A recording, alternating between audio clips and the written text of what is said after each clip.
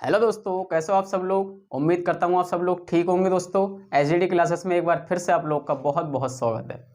दोस्तों हम लोग कर रहे थे ज्योमेट्री, ठीक है।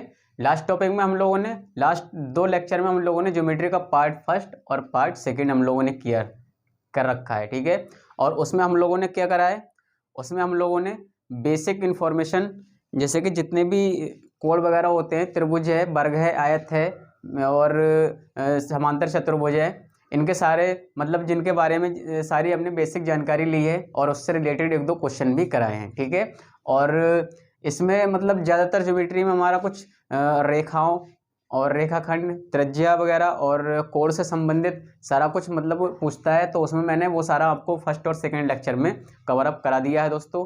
अब उसी का ये थर्ड लेक्चर में आप लोग के सामने लेकर आया हूँ ज्यामिति का। आप इसे आप थर्ड नोट डाउन कर लें। इस लेक्चर में पूरे में मैं आपको न्यूमेरिकल कराने वाला हूँ, इसके क्वेश्चन कराने वाला हूँ, ठीक है। अब किस किस तरीके के क्वेश्चन इनसे पूछे जाते हैं, पूरक कोण, संपूरक कोण होते हैं, और त्रिभुज में किस तरीके की डायगोनल कोई देकर मतलब कोई कर दे देगा उस तरीके का, और समांतर चतुर्भुज में दे देगा, तो सारे क्वेश्चन हम लोग इस वीडियो में कवर अप करने वाले हैं दोस्तों, ठीक है। तो स्टार्ट करने से पहले अगर दोस्तों आप चैनल पर नए हैं तो प्लीज़ चैनल को सब्सक्राइब करना ना भूलें, और वीडियो अगर पसंद आती है तो कंटेंट को ज़्यादा से ज़्यादा दोस्तों में शेयर करें, ठीक है। तो बिना किसी देरी के स्टार्ट करते हैं आज का हम अपना पहला क्वेश्चन। दोस्तों आज का हमारा पहला क्वेश्चन है, क्वेश्चन दिया 2 संपूरक कोणों में 44 डिग्री का अंतर है, तो दोनों कोणों की मापें ज्ञात करो, ठीक है। ज्योमेट्री का बहुत ही शानदार बेस्ट क्वेश्चन है दोस्तों ये। इस तरीके का क्वेश्चन बार बार रिपीटेड होता है, ठीक है। पूरक कोण और संपूरक कोण मैंने आपको फर्स्ट लेक्चर में ज्योमेट्री के करा चुका हूँ पार्ट 1 में, ठीक है। इसलिए मैं उन्हीं से रिलेटेड सारा कुछ आने वाला है और वो सारा कुछ मैं आप लोग को करा चुका हूँ। तो एक बार फिर से देखेंगे, संपूरक कोणों का कोणों में 44 डिग्री का अंतर है। पहले जान लेंगे पूरक कोण क्या होते हैं दोस्तों। पूरक कोण जो होते हैं, एक बार फिर रिपीट करता हूँ, जिन 2 कोणों का योग, ठीक है, जिन 2 कोणों का योग 90 डिग्री होगा वो पूरक कोण होंगे। और संपूरक कोण क्या होते हैं दोस्तों, ठीक है, एक देख लेते हैं संपूरक कोण। संपूरक कोण क्या होते हैं, जिन 2 कोणों का योग 180 डिग्री होगा, ठीक है। समकोण क्या होता है, समकोण एक 90 डिग्री का होता है, और संपूरक कोण सम है, तो इससे हम दोनों मतलब याद रख सकते हैं सम है। सम मतलब 2 समकोणों का योग कितना होगा, 180 डिग्री, तो 2 कोणों का योग 180 डिग्री होगा, मतलब संपूरक है, तो ठीक है। अब सीधे चलते हैं क्वेश्चन की तरफ। पूछ रहा है 2 संपूरक कोणों का योग कोणों में 44 डिग्री का अंतर है। मान लिया पहला संपूरक कोण है फर्स्ट, दूसरा है संपूरक कोण सेकंड, ठीक है। इस तरीके से ना करके अगर हम इसे ए और बी मान लें, ठीक है, पहला है हमारा ए, दूसरा है बी, ठीक है, संपूरक कोण। हमारा क्वेश्चन क्या कहता है, आंसर मतलब हम लोग का फार्मूला जो हमने किया था ज्योमेट्री में पार्ट फर्स्ट में, वो था संपूरक कोण। संपूरक कोणों का योग होता है 180 डिग्री। पहला कोण ये है, ठीक है, सेकंड कोण ये है, इनका योग होता है 180 डिग्री, ठीक है। और क्या दे रहा है, 2 संपूरक कोणों में 44 डिग्री का अंतर है, तो यही तो 2 कोण होंगे जिनमें अंतर होगा 44 डिग्री का, ठीक है। तो इन दोनों को इक्वेशनों को रख देंगे। इक्वेशन को सॉल्व कैसे करते हैं, अगर सीधे सीधे करता है तो सीधे सीधे काट दो, अगर नहीं करता है तो यहाँ पर साइन चेंज कर लेते थे हम लोग, ठीक है। तो हम लोग सीधे सीधे कट रहा है, चलो सीधे नहीं काटते हैं, साइन चेंज ही कर लेते हैं। एक ही कंडीशन, यहाँ प्लस है तो यहाँ माइनस करते हैं, यहाँ माइनस है यहाँ प्लस करते हैं, यहाँ प्लस है यहाँ माइनस करते हैं, ए से ए कट जाएगा, ठीक है। यहाँ क्या बचेगा 2b, प्लस का है और साइन चेंज हो गया तो प्लस का हो गया, 2b हो गया, ठीक है। यहाँ से काट देंगे, 10 में से 4 गए 6, और यहाँ क्या बचा 7, 7 में से 4 गए 3, और यहाँ क्या बचा हमारा 1। इस 1 से काटेंगे सीधा, 2 छंग 12 बचा 1 16, 2 अट्ठे 16। बी कोण बोले तो 68 डिग्री हमारा हो गया, ठीक है। दोनों कोण पूछ रहा है, ए कोण में किसी भी एक कंडीशन में इसकी वैल्यू लगा देंगे। चलो हम इसमें लगाते हैं, बी का मान कितना है 68 डिग्री, और ठीक है ए माइनस बी में लगा देते हैं इसकी वैल्यू इक्वल टू -44, ठीक है। माइनस साइन चेंज हो गया तो ए माइनस बी माइनस वाला लगा दिया, या इसमें ना लगाना चाहो तो A plus B equal to 180 degree में आप लगा दो सीधा। हो सकता है यहाँ पर आपको माइनस का कुछ बाई चांस कन्फ्यूजन हो जाता है, लेकिन होना नहीं चाहिए। A plus B equal to 180 degree, A equal to 180, उधर जाएगा माइनस का बी, क्योंकि बी की हमें वैल्यू लगानी, ठीक है। अब यहाँ से हम लोग करने वाले हैं ए इक्वल टू 180 और बी की वैल्यू हमारी निकल कर आई है 68, ठीक है। इसमें से 68 घटा देंगे, 10 में से 8 गए 2 बचे, यहाँ बचे 17, 17 में से 6 गए 11 बचे, 112 डिग्री। तो ए का मान आया, कोण पूछ रहा है 112 डिग्री 68 डिग्री, दोनों को जोड़ कर देखेंगे 112 और 68 12 8 20 और 80 180, ठीक है। तो संपूरक कोणों का योग 180 डिग्री होता है।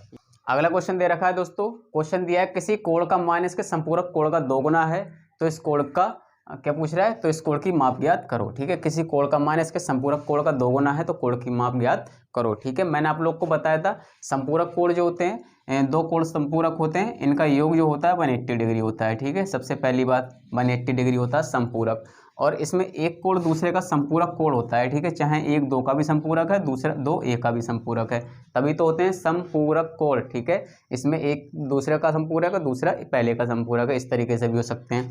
अब क्वेश्चन में क्या दिया है, किसी कोण का मान इसके संपूरक कोण का दोगुना है। माना कोण एक ये है और कोण दो ये है, ठीक है। एक कोण का मान दूसरे का कुछ भी हो सकता है, दूसरे का पहला, पहले का दूसरा, दोनों एक दूसरे के संपूरक कोण हैं, ठीक है दोस्तों।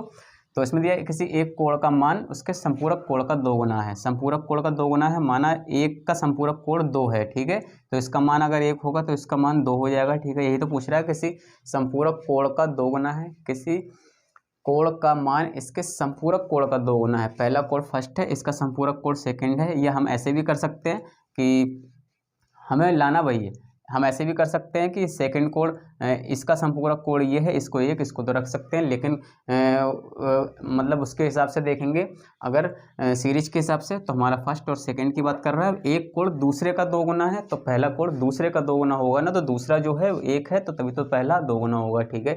ये आ गई हमारी बात। क्वेश्चन क्या कह रहा है, तो इस कोण की माप ज्ञात करो। आपको पता है संपूरक कोणों का योग 180 डिग्री होता है, ठीक है।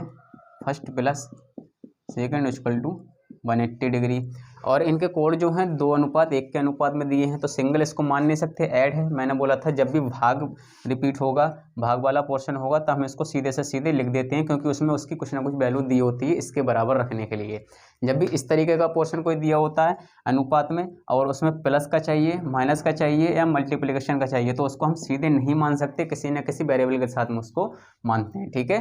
तो उसके साथ हम क्या करने वाले हैं, फर्स्ट का है 2 है, 2x कर देंगे प्लस, और सेकंड है क्योंकि दोनों का योग 180 होता है, सेकंड है x इक्वल टू 180 डिग्री। यहाँ से ये हो गया 3x इक्वल टू 180 डिग्री, 3 से काट देंगे, 3 6 18, ठीक है। x की वैल्यू यहाँ पर आ गई हमारी 60 डिग्री। क्या पूछ रहा है, तो इस कोण की माप ज्ञात कीजिए, मतलब एक कोण दूसरे का क्या दिया, किसी कोण का मान इसके संपूरक कोण का दोगुना है, तो इसकी वैल्यू ज्ञात कीजिए, मतलब पहले की वैल्यू पूछ रहा है, ठीक है। तो पहले की वैल्यू के लिए क्या है, 2x है, 2 × 60, x की वैल्यू 60, तो ये हो गया 120 डिग्री, ठीक है। अगर सेकंड की भी वैल्यू पूछ लेगा तो 1 ही है, और x की वैल्यू हमारी आई है 60, ठीक है, 60 डिग्री। तो इस तरीके से इस क्वेश्चन को हमने बहुत आसान तरीके से निकाला दोस्तों। मुझे उम्मीद है कि हम लोग को ये समझ आ गया होगा। चलते हैं दोस्तों बिना किसी देरी के अगले क्वेश्चन की तरफ। अगला क्वेश्चन है दोस्तों हमारा, क्वेश्चन दिया OA OB विपरीत किरणें हैं तथा एक किरण OC इससे 75 डिग्री का कोई कोण बनाती है, तो दूसरा कोण ज्ञात करो, ठीक है।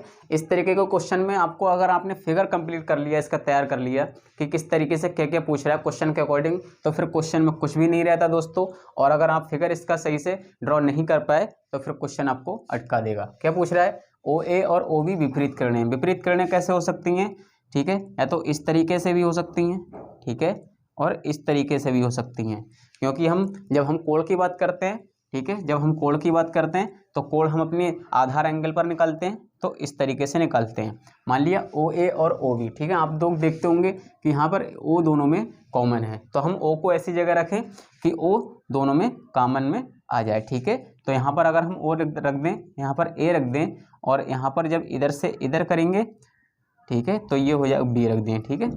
समझ रहे हो ना दोस्तों आप, OA व OB विपरीत किरणें हैं। विपरीत किरणें हैं मतलब एक दूसरे जस्ट अपोजिट हैं, ठीक है, चाहे ऐसे में हो चाहे ऐसे में हो, ठीक है, कैसे भी हो जस्ट अपोजिट हैं। तो यहाँ पर कोई बिंदु है बीच में O, ठीक है, ये कोई किरण है, यहाँ से ये होगी OA और यहाँ से ये होगी OB, ठीक है, ये होगी किरण, जस्ट अपोजिट किरणें हैं। अब पूछ रहा है एक किरण OC इससे 75 डिग्री का कोण बनाती है, ठीक है, एक किरण OC।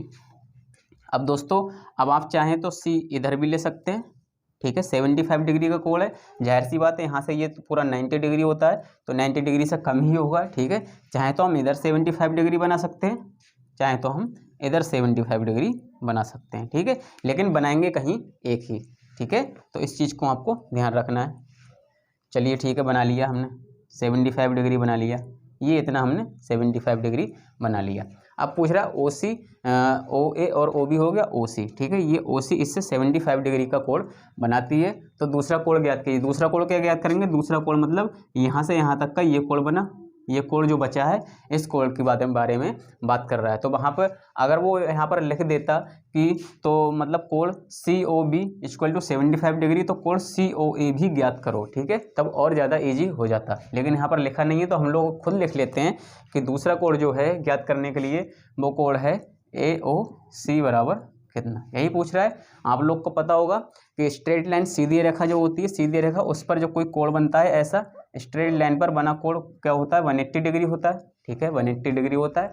दूसरा कोण पूछ रहा है, दूसरा कोण ज्ञात करने के लिए सीधा सेकंड कोण ज्ञात करने के लिए 180 में से पूरा 180 होता है, 75 एक दे रखा है, तो 75 को हम 180 में से घटा देंगे, कितना बचेगा? 105 डिग्री, ठीक है, 105 और 75 80, तो हमारा दूसरा कोण 105 डिग्री का होगा।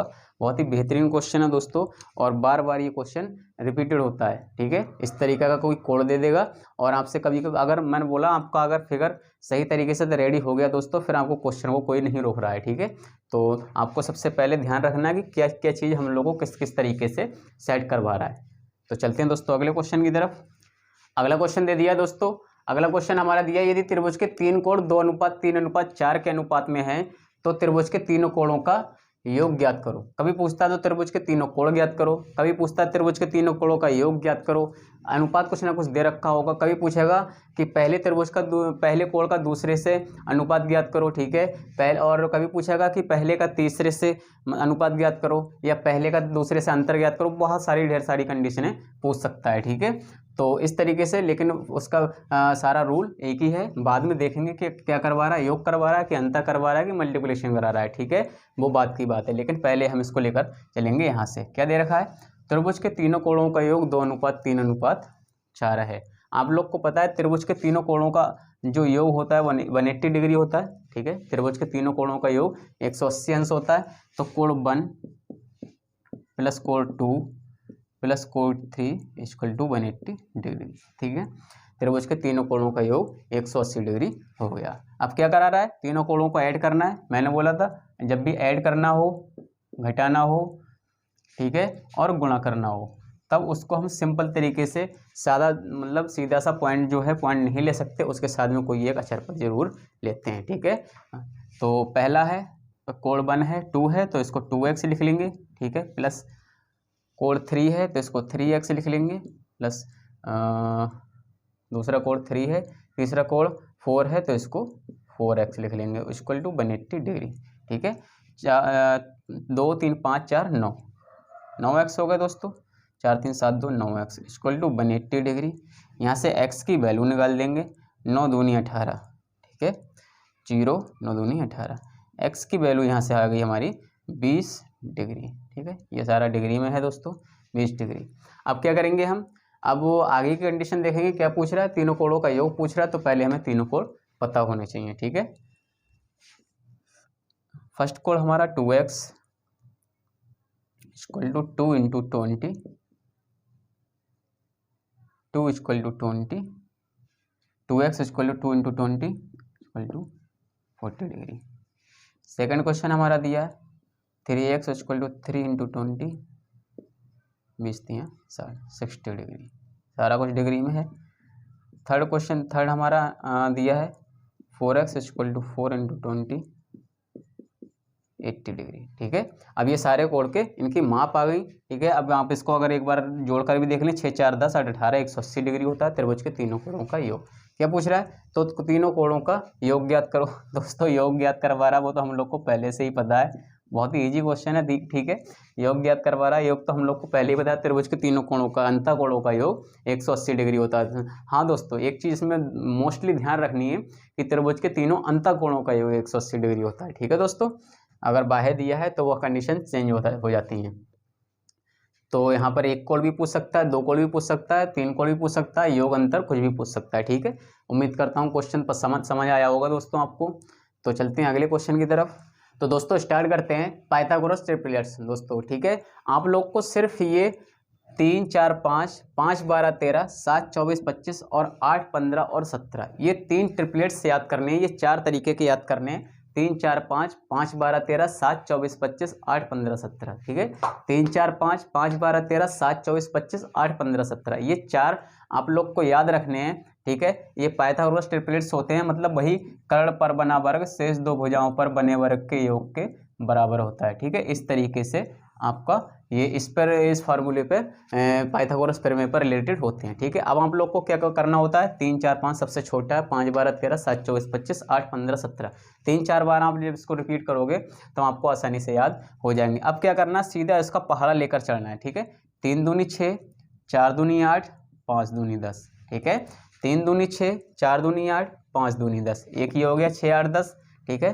कई बार यूज कर चुके हैं हम पिछले 1 2 दिन में। अब अगला पहाड़ा इसका पढ़ना है, 3 दूनी 6 हो गया, 3 तियां 9, 4 तियां 12, 5 तियां 15, जो भी अंक है उसका सीधे से पहाड़ा पढ़ते चले जाना है और सीधे सीधे उस चीज़ को आगे रिपीट करते जाना है। 3 दूनी 6, 3 तियां 9, 3 चौक 12, 3 पंजे 15, 3 चौक 18, 4 दूनी 8, 4 तियां 12, 4 चौक 16, 4 पंजे 20, 4 संग 24, 5 दूनी 10, 5 तियां 15, 5 चौक 20, 5 पंजे 25, 5 चौक 30, ठीक है। इस तरीके से आगे ट्रिपल्स बढ़ते चले जाते हैं।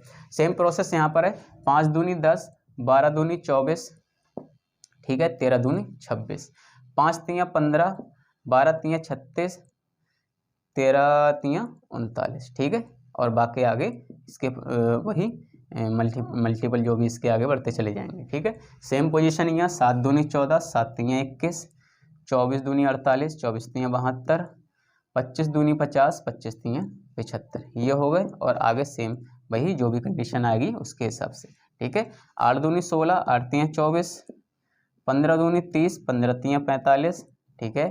17 दूनी 34, 17 तियां 51, और आगे सेम वही प्रोसेस जो आगे चलता चला जाएगा, ठीक है।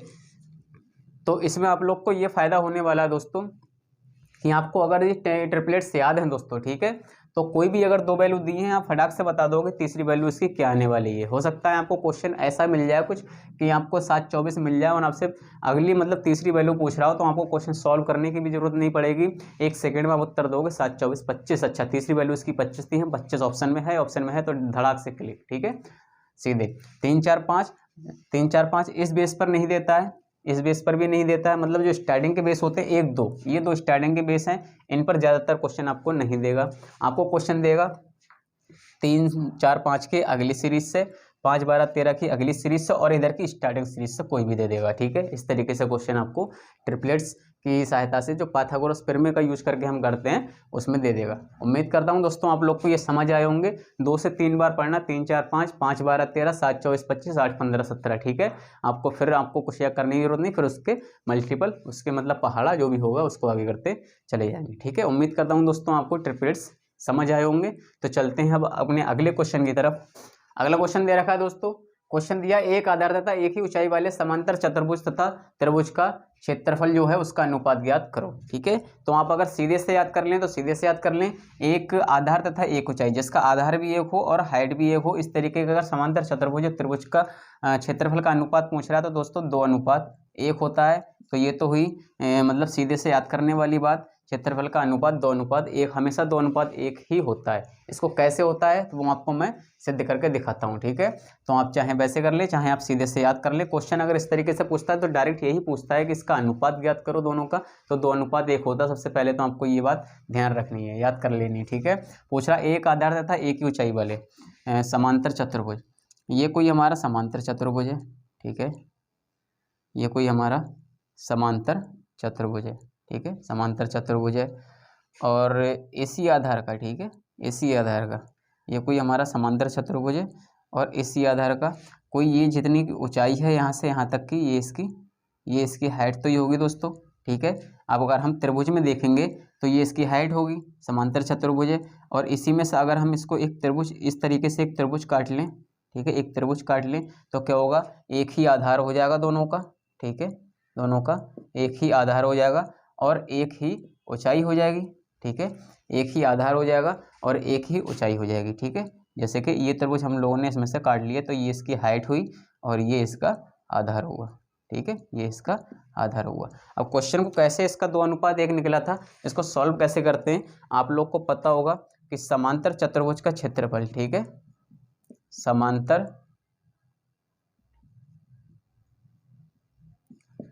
चतुर्भुज का क्षेत्रफल, समांतर चतुर्भुज का क्षेत्रफल और समांतर चतुर्भुज का क्षेत्रफल इसके बराबर क्या रख देंगे, समांतर चतुर्भुज का क्षेत्रफल क्या होता है, आधार गुणा ऊंचाई, ठीक है, आधार गुणा ऊंचाई, समांतर चतुर्भुज का क्षेत्रफल होता है आधार गुणा ऊंचाई, ठीक है।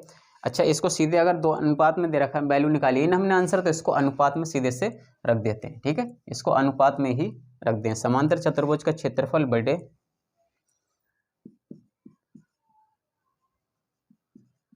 त्रिभुज का क्षेत्रफल, क्योंकि आंसर हमारा डायरेक्ट हमने जो मतलब याद करा है वो है 2:1, तो सीधे से क्यों ना हम अनुपात में ही इसका करें। समांतर चतुर्भुज का क्षेत्रफल होता है आधार गुणा ऊंचाई, ठीक है, आधार गुणा ऊंचाई। सारा कुछ मैं आपको सीधे से टॉपिक वाइज करा चुका हूँ, गोला, बेलन, शंकु, आयत, वर्ग, ठीक है, त्रिभुज, समांतर चतुर्भुज, ठीक है, बिल्कुल फार्मूला बेस सारा कुछ आप लोग को 2D और 3D मेंसुरेशन में मैं करा चुका हूँ। इसलिए अगर आप सोचते हो कि उस टाइप के क्वेश्चन नहीं करा रहे हैं, तो आपको सीधे सारे क्वेश्चन मैंने आप लोग को करा दिए हैं। यहाँ पर ये लैंग्वेज थ्योरी बेस्ड क्वेश्चन, मतलब कोई पोर्शन रह गया था तो उसका मैंने कराया था, ज्योमेट्री में अक्सर पूछा ही वही जाता है दोस्तों जो मैं आपसे करा रहा हूँ, और उससे रिलेटेड जो इस तरीके के क्वेश्चन मैं करा रहा हूँ वो भी मतलब सेम आए हुए क्वेश्चन ही समझ लो आप एक हिसाब से, और उम्मीद सबसे ज़्यादा है दोबारा फिर से आने की, ठीक है। अब क्या दिया, त्रिभुज का क्षेत्रफल, त्रिभुज का क्षेत्रफल कितना होता है, 1/2, जब ऊंचाई पता होती है तो आधार गुणा ऊंचाई, ठीक है, आधार गुणा ऊंचाई, आधार गुणा ऊंचाई यहाँ पर है, आधार गुणा ऊंचाई यहाँ पर है, बटे में है, ऊपर नीचे है, अंशहर है, कट जाएगा, ठीक है। तीसरा पद है 1/, में कूद कर ऊपर पहुँचता, ये हो गया 2/1, जो कि हमने लिखा था 2:1, ठीक है। इसलिए हमने सीधे से लिखा था समांतर चतुर्भुज हो और त्रिभुज हो, एक ही ऊंचाई हो, एक ही आधार हो, तो उनका क्षेत्रफल का अनुपात याद करने की जरूरत नहीं है। अगर आपको फार्मूले याद है तब भी ठीक है, बढ़िया तरीके से कर लोगे, नहीं तो सीधे आप डायरेक्ट हमेशा 2:1, ठीक है। तो उम्मीद करता हूँ दोस्तों क्वेश्चन पसंद समझ आया होगा। चलते हैं अगले क्वेश्चन की तरफ। अगला क्वेश्चन दे रखा है दोस्तों, बहुत ही बेहतरीन क्वेश्चन है, 4 और 2/3 समकोणों में डिग्रियों की संख्या ज्ञात करो। तो पहले तो कुछ लोग ऐसे होंगे कि इस क्वेश्चन को देखकर सीधा घूम जाएंगे 4 और 2/3 समकोणों में, ठीक है।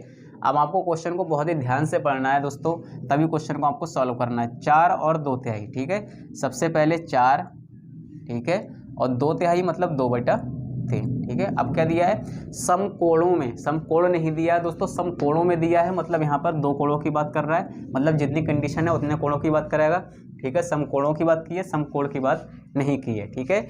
तो 4 और 2/3 समकोणों में, ठीक है, इसके समकोण में, और 2/3 इसके समकोण में। अब पूछ रहा है कि डिग्रियों की संख्या ज्ञात करो। डिग्रियों की संख्या ज्ञात करने के लिए 4 ने 36, 360 डिग्री यहाँ से हो गई, और 3 से 90 को काटेंगे 30, ठीक है, 30 दूनी 60 डिग्री यहाँ से हो गई। टोटल डिग्रियों की संख्या पूछ रहा है, तो 360 और 60 420 डिग्री, यही इसका राइट आंसर होगा दोस्तों, ठीक है।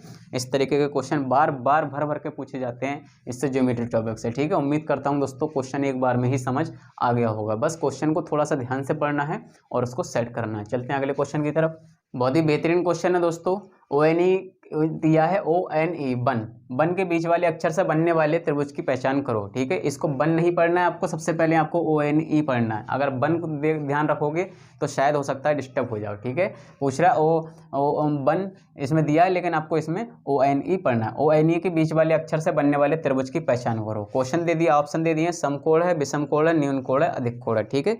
ONE के बीच वाले अक्षर से, बीच वाला अक्षर क्या है, N है, N मतलब, ठीक है, बहुत ही बेसिक और सिंपल क्वेश्चन है, लेकिन कई बार को पूछा हुआ क्वेश्चन है, ठीक है।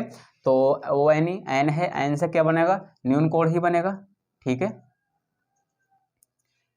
न्यून कोण ही बनेगा, ठीक है, N से। तो आप सीधे से इसको न्यून कोण ऑप्शन मार देंगे। अधिक कोण नहीं बनेगा, विषम कोण नहीं बनेगा, समकोण नहीं बनेगा, क्योंकि ONE के बीच वाले अक्षर से पूछ रहा है, अक्षर से कौन सा कोण शुरू होगा इन क्वेश्चन ऑप्शन में, न्यून कोण, ठीक है। तो न्यून कोण इज द राइट आंसर, ठीक है। तो आप ये ना सोचिए बहुत ही मतलब इतना सिंपल क्वेश्चन, हाँ दोस्तों इतने सिंपल क्वेश्चन भी एग्जाम में आपने बार बार रिपीट हुए हैं, इसलिए आपको इस तरीके के क्वेश्चन भी पता होने चाहिए। तो चलते हैं अगले क्वेश्चन की तरफ दोस्तों।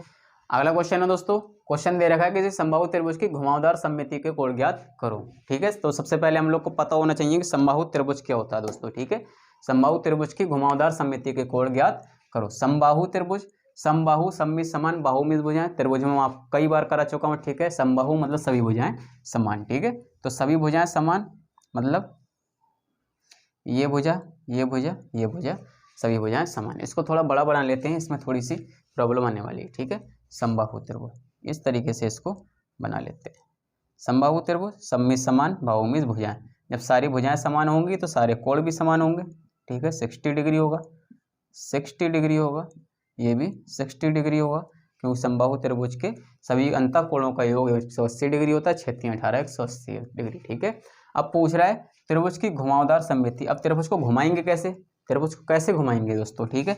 अगर हम इसका केंद्रक मान लें यहाँ पर, ठीक है, त्रिभुज का एक केंद्रक मान लें, उससे आपको आसानी से समझ आएगा। वैसे तो हम क्या करें, कोई भी एक पॉइंट पकड़ लें इसका, यहाँ से इसको इस तरीके से घुमा देंगे यहाँ से, तो ये हमारा वही बेलन जो शंकु हम बनाते थे उस तरीके का बन जाएगा। लेकिन उस तरीके का हम लोग को बना नहीं है, लेकिन हमको केवल घुमावदार सममिति पूछ रहा है, उसमें इसके कोण क्या क्या कोण आ सकते हैं, ठीक है, कोण कॉम्बिनेशन क्या क्या आ सकता है। तो ये इसका एक होगा हमारा मिडिल पॉइंट, ठीक है, ये इसका होगा एक केंद्रक, ठीक है, त्रिभुज का केंद्रक। अब क्या पूछ रहा है, अब ये पूछ रहा है त्रिभुज के तीनों अंतःकोणों का ये 180 डिग्री। लेकिन त्रिभुज के पूरा जब वृत्त घूमता है, ये पूरा वृत्त घूमता है, तो इस पूरे सर्कल का कोण कितना होता है, कितना होता है दोस्तों, 360 डिग्री, 360 डिग्री होता है। 180 डिग्री अंतःकोणों का होता है। लेकिन यही कह सकते हैं कि अगर को पूरा एक सर्कल राउंड अप होता है तो वो होता है 360 डिग्री का, ठीक है, 360 डिग्री का होता है। और ये कोण यहाँ पर बनने हैं 3 कंडीशन में, ठीक है, 3 कंडीशन में बनना है, 1 2 और 3, ठीक है। 360 को जब हम 3 से डिवाइड करेंगे, ठीक है, 3 12 120 डिग्री हो जाएगा। प्रत्येक कोण यहाँ पर हमारा 120 डिग्री का हो जाएगा, ठीक है दोस्तों। अभी क्वेश्चन सॉल्व नहीं हुआ दोस्तों, बहुत ही बेहतरीन क्वेश्चन है, आपको बस इस चीज़ को ध्यान रखना है। अभी तो हमने मतलब इसके कोड एडजस्ट किए ऐड किए हैं कि कितने कितने कोड आएंगे। अब क्या पूछ रहा है दोस्तों कि घुमावदार सममिति, ठीक है, घुमावदार सममिति। अब आप यहाँ चाहे यहाँ से स्टार्ट कर लें, चाहे यहाँ से कर लें, चाहे यहाँ से कर लें, ठीक है। हम पोजीशन 1 से स्टार्ट करते हैं, ठीक है, ये पोजीशन 2 है, ये पोजीशन 3 है, ये पोजीशन 1 से स्टार्ट करते हैं। तो जब पोजीशन 1 से यहाँ तक घूमेंगे, पहला कितना आएगा 120 डिग्री, ठीक है, अनुपात में लेकर चलेंगे, ठीक है, पहला आएगा 120 डिग्री। अब फिर जब यहाँ से यहाँ चलेंगे तो 120 डिग्री घूम चुके हैं, फिर यहाँ से यहाँ तक और चलेंगे 120 और आएगा, तो दूसरा कितना आएगा 12 दूनी 24 240 डिग्री, ठीक है। घुमावदार सममिति पूछ रहा है दोस्तों, क्वेश्चन को समझना है और परखना है, फिर उसके बाद मतलब स्टार्ट करना। फिर यहाँ से यहाँ तक तो हम आ गए, पहले 120 घूमा, फिर 120 और घूमा, वो हो गया 240, 120 120 240, फिर 120 यहाँ से यहाँ तक और घूमेगा तो 240 और 120 हो जाएगा 360, ठीक है। और यही इसका राइट आंसर होगा दोस्तों। इसमें ऑप्शन दे देगा कई तरीके से, 60 120 6 दूनी 12, ठीक है, 6 3 18, इस तरीके से ऑप्शन दे देगा, ठीक है। कभी और तरीके से ऑप्शन दे देगा, लेकिन आपको एक घुमावदार सममिति पूछ रहा है। घुमावदार मतलब पूरा एक राउंड तो लगेगा ही लगेगा। और त्रिभुज की बात हो रही, समबाहु त्रिभुज है, अंता मतलब वृत्त बनेगा जब 120 120 120 के 3 कोण बनेंगे, ठीक है। तो उसी के हिसाब से 120 240 360 ये इसके घुमावदार सममिति के कोण बनेंगे, ठीक है। ठीक है दोस्तों, बहुत ही बेहतरीन क्वेश्चन है दोस्तों, इसको आपको किसी भी हाल में सही से करना है और दिमाग में अपने बैठा लेना है, ठीक है। तो चलते हैं अगले क्वेश्चन की तरफ दोस्तों। अगला क्वेश्चन है दोस्तों, क्वेश्चन दिया है 1 सेंटीमीटर गुणा 1 सेंटीमीटर वाले 36 छोटे वर्गों को कितने प्रकार से विभाजित किया जा सकता है यदि परिमाणित क्षेत्रफल 36 सेंटीमीटर स्क्वायर हो। 1 सेंटीमीटर इंटू 1 सेंटीमीटर मतलब 36 छोटे वर्गों, वर्ग की बात चल रही है, वर्ग का क्षेत्रफल, और क्षेत्रफल की बात हुई है 36 सेंटीमीटर, ठीक है। वर्ग का क्षेत्रफल भुजा की घात 2, मतलब कह सकते हैं कि 1 सेंटीमीटर लंबाई 1 सेंटीमीटर चौड़ाई। फिलहाल उससे कोई मतलब नहीं है। ये पूछ रहा है 36 छोटे वर्गों को कितने प्रकार से व्यवस्थित किया जा सकता है कि परिमाणित क्षेत्रफल 36 सेंटीमीटर ही हो, ठीक है। तो इसको कितने तरीके से हम कर सकते हैं जिसका परिमाणित क्षेत्रफल मतलब उसको जब कैलकुलेशन करें हम तो उसका 36 ही आए। तो 36 को कितने हिसाब से तोड़ सकते हैं, से पहले तोड़ेंगे 1 की गुणा करेंगे 36 से, ठीक है, 1 36 से कम 36 हो गया। फिर 2 की गुणा करेंगे 18 से, 18 दूनी 36 हो गया, ठीक है। फिर 3 की गुणा करेंगे 12 से, 12 3 36 हो गया। फिर 4 से हो जाएगा, 4 8 32, 4 9 36, हाँ 4 से हो जाएगा, ठीक है। 4 की करेंगे 9 से, 4 9 36 हो गया। फिर 5 का नहीं होगा, 6 का हो जाएगा, 6 6 36, ठीक है, 6 का हो गया। 7 का नहीं होगा, 8 का नहीं होगा, 9 का तो है ही, 9 चौक 36 वो तो है ही करा हुआ। 10 3 30 11 3 33 12 3 36 12 का भी 6 करा हुआ है। ठीक है, तो कुल मिलाकर 1 2 3 4 5 क्या बोला कितने प्रकार से व्यवस्थित किया सकता है, 1 2 3 4 5, तो आंसर में सीधे से दिया होगा 5 प्रकार। ठीक है, इस तरीके से क्वेश्चन को सॉल्व करना है, बस सीधे से देख लेना और क्वेश्चन को सॉल्व करना है। टाइप पूछ रहा है कितने तरीके से उसको व्यवस्थित कर सकते हैं, तो सीधे से हम लिख देंगे 5 तरीके से। ठीक है, तो चलते हैं दोस्तों अगले क्वेश्चन की तरफ। हमारा अगला क्वेश्चन है, एक त्रिभुज PQR में PQ बराबर दे दिया QR, ठीक है, और कोण Q दे दिया 80 डिग्री और कोण P बराबर दे दिया x डिग्री, तो 3x माइनस 20 का मान ज्ञात करो। ठीक है दोस्तों, क्वेश्चन को देख के ज़्यादा हाइपर नहीं होना है, बहुत बेहतरीन क्वेश्चन है दोस्तों इस टॉपिक का। इस तरीके के अक्सर मतलब 1 से 2 क्वेश्चन इसमें ज्योमेट्री में पूछे जाते हैं, जिसमें त्रिभुज दिया होगा, जिसमें कोई कोण दिए होंगे, किसी कोण की माप पूछेगा, माप निकालने के बाद में कोई वैल्यू रखवा देगा, नहीं तो सीधे से माप पूछेगा। ठीक है दोस्तों, तो क्वेश्चन को देखकर ज़्यादा हाइपर नहीं होना है, फिर सीधे से उसमें क्वेश्चन को पहले इसका फिगर, मैंने बोला था अगर आप इसका फिगर ड्रॉ कर लेंगे अच्छे से, अगर सही तरीके से इसकी मतलब पोजीशंस इसकी सेट कर देंगे, फिर आपको क्वेश्चन करने में कोई दिक्कत नहीं होती है। आधा क्वेश्चन आपका जब भी सॉल्व हो जाता है। ठीक है, जब आप फिगर्स अच्छे से कर लेते हैं, और आपने अगर फिगर मतलब थोड़ा सा ही मिस्टेक कर दी, ध्यान से नहीं किया, तो वहीं आपका पूरा क्वेश्चन गलत हो जाएगा। ठीक है, कह दिया एक त्रिभुज PQR में, सबसे पहले तो हम लोग को त्रिभुज बनाना है। ठीक है, सबसे पहले हम लोग को त्रिभुज बनाना है। अब क्या दे रखा है, PQR है। अब PQR की वैल्यू कैसे सेट करें, आगे पोजीशन पकड़ेंगे, PQ बराबर QR। ठीक है, PQ बराबर QR, तो अब Q दोनों में कॉमन है, अगर Q को हम यहाँ रख दें, ठीक है, P को यहाँ रख दें, R को यहाँ रख दें, और PQ बराबर है QR। तो सबसे पहले तो हमें ये पता लग गया कि ये हमारा समद्विबाहु त्रिभुज है, समद्विबाहु त्रिभुज। ठीक है, यही हमें सबसे पहले पता लग गया कि PQ बराबर QR है, PQ बराबर है QR के, ये भुजा इसके बराबर है, 2 भुजाएं बराबर है, मतलब ये समद्विबाहु त्रिभुज है। ये तो हमें पता लग गया, सबसे पहले लिख भी लेते हैं, चलो ठीक है, समद्विबाहु त्रिभुज। सबसे पहले हमें त्रिभुज की पोजीशन पता लग गई क्या है। कोण Q दिया है 80 डिग्री, यही कोण Q है, 80 डिग्री दे रखा है। ठीक है, और कोण P दिया है x डिग्री, और कोण P दिया है x डिग्री। अब क्या पूछ रहा है, तो 3x माइनस 20 का मान ज्ञात करो।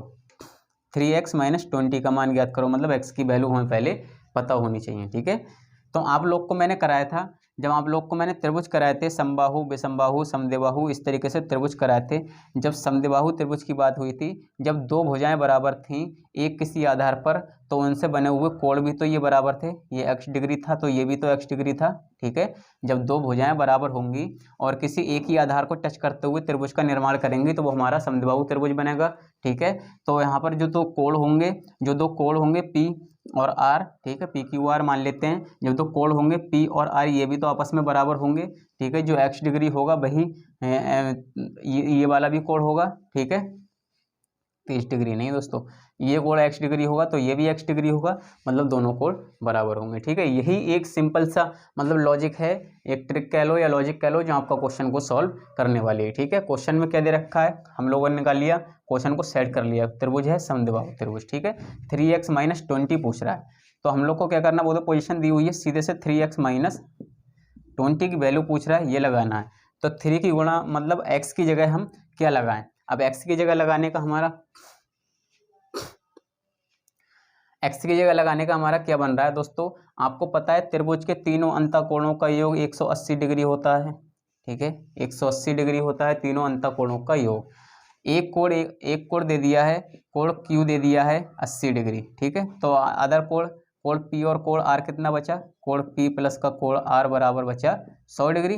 ठीक है, यही तो बचा, 180 डिग्री तीनों कोणों का योग होता है, तो कोण P और कोण R बचा 100 डिग्री, क्योंकि 80 डिग्री हमें क्वेश्चन ने बता दिया है Q का मान है। ठीक है, क्योंकि ये समद्विबाहु त्रिभुज है, तो कोण P और कोण R बराबर होंगे। ठीक है, कोण P बराबर होगा कोण R के, समद्विबाहु त्रिभुज है, 2 भुजाएं बराबर हैं तो 2 कोण बराबर होंगे। ठीक है, आपको बहुत ही बेसिक तरीके से मैंने आपको ये त्रिभुज में कराया हुआ है। ठीक है, तो आपको उम्मीद है आपको पता होगा दोस्तों, नहीं पता हो तो आप मेरी त्रिभुज वाली इसकी उसमें जो मैंने आपको मेंसुरेशन का 2D मतलब पोर्शन कराया हुआ, उसमें आप जाकर देख लें। ठीक है, तो जब 2 भुजाएं बराबर हैं तो 2 कोण भी बराबर होंगे, तो जब एक कोण हमारा 80 डिग्री है, इन दोनों कोणों का मान 100 डिग्री है और दोनों कोण बराबर होंगे, तो कोण P 50 डिग्री हो जाएगा, कोण R 50 डिग्री हो जाएगा। ठीक है, जब ये दोनों कोण बराबर होंगे तो ये 50 होगा, ये 50 होगा, 100 और 80 हमें दे रखा है 180 हो जाएगा।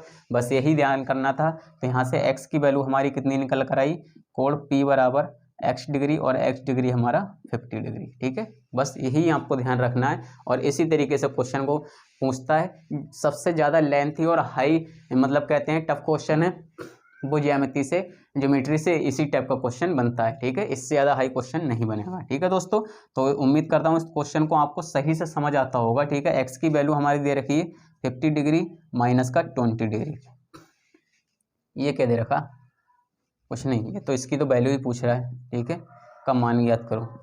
तो ये हो गया 3 पंजे 15, 150 माइनस 20, तो ये कितना होगा 130 डिग्री। ठीक है, 3x माइनस 20 का मान पूछ रहा है, 3x माइनस 20 का मान हो गया 130 डिग्री। ठीक है दोस्तों, उम्मीद करता हूँ दोस्तों आपको क्वेश्चन समझ आया होगा और आज का सेशन भी पसंद आया होगा। ठीक है, तो दोस्तों इस तरीके के क्वेश्चन मैंने आपको ज्योमेट्री में कराए हैं और पिछले 2 लेक्चर में भी मैंने कुछ क्वेश्चन कराए हैं। तो इन क्वेश्चनों से दोस्तों ज्योमेट्री टॉपिक से आपका कोई भी क्वेश्चन बाहर जाने वाला नहीं है। तो इन क्वेश्चनों को आप अच्छे से नोट्स बनाएं और रिवीजन करें दोस्तों। ठीक है, और सीटेट एग्जाम के लिए ये इनफ कंटेंट में आप लोग का सिलेबस करा दिया है दोस्तों। ठीक है, यहाँ से आज हमारा ज्योमेट्री का भी पोर्शन समाप्त होता है, लेकिन ज्योमेट्री का एक टॉपिक रह गया है अभी पॉलीगन का। वो टॉपिक थोड़ा लेंथी है, उस टॉपिक को मैं थोड़ा अलग से पर्टिकुलर सिंगल वीडियो में कराऊंगा उस अकेले टॉपिक को। ठीक है, तो उम्मीद करता हूँ दोस्तों आज का सेशन आप लोग को समझ आया होगा। और अगर कंटेंट पसंद आया हो दोस्तों तो दोस्तों में ज़्यादा से ज़्यादा शेयर करें और चैनल को सब्सक्राइब करना ना भूलें। ठीक है दोस्तों, तो मिलते हैं अगले वीडियो में पॉलीगन के साथ। तब तक के लिए बने रहें चैनल के साथ। Goodbye and take care.